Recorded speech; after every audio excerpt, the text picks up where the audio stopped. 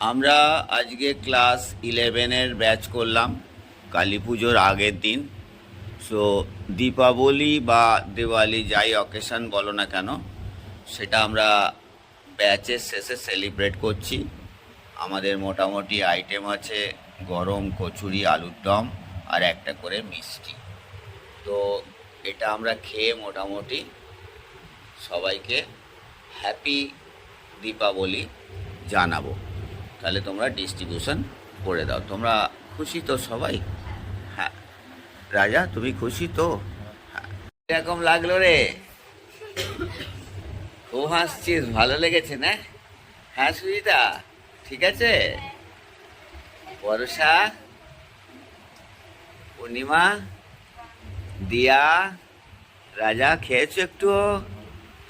আমিও খাবো, আমার এত রয়েছে। প্রকৃতির ভালো দৃশ্য, এখানে আমরা ছাদে বসে মোটামুটি মনের খুশিতে খাচ্ছে, কথা কেউ বলছে না। ওখানে একজন একজনকে হেল্প করছে ওই গ্রেভিটা নিতে।